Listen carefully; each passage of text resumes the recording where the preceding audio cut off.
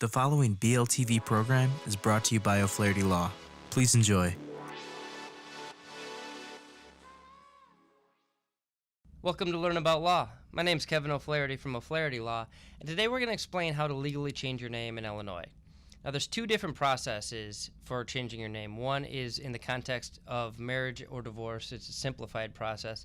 The other is a petition and hearing if you're not getting married or divorced. We have a different article and video at learn-about-law.com talking about how to change your name in the context of a divorce. So we're not going to discuss that here. We'll talk about how to change your name if you're not getting divorced or getting married. First, let's discuss eligibility requirements. You have to be at least 18. You can change the name of a minor, and we have a video on how to do that, but the legal guardian has to be involved. You must have resided in Illinois for at least 6 months, and you must not be required to register as a sex offender. Also, if you have a felony conviction or a conviction for certain sexual misdemeanors that don't require sex offender registration, you have to wait 10 years until the end of your sentence before you can change your name. So let's talk about the forms that you have to file. The clerk has these forms on hand, but one is a request for a name change, and this will be information about yourself and the reason that you're requesting a name change. The second form you need is a notice of filing, and this is something that you give to a newspaper to publish a notice of your name change, and that's one of the requirements when you're changing your name. Finally, you'll present an order for a name change for the judge that basically has it filled out with your name, and if the judge decides that he or she will allow the name change, the judge will sign the order and grant the name change. So you get these forms from the clerk, file them, pay a filing fee, and then the next step is to file notice in the newspaper.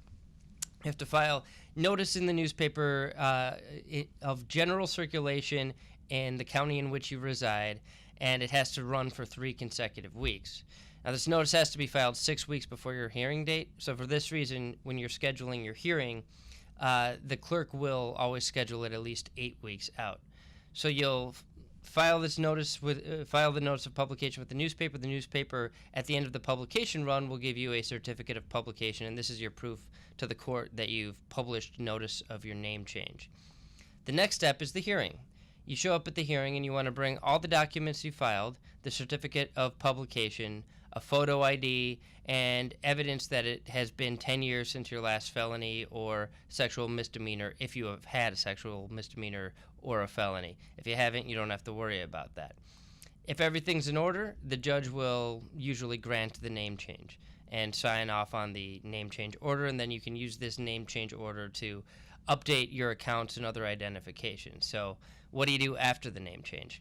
The first thing you want to do is update your Social Security card, and you can work with the Social Security Administration to do this. Next, you work with the Department of Motor Vehicles to update your driver's license, update your passport, update your bank accounts, retirement accounts, and insurance policies, and finally your credit cards.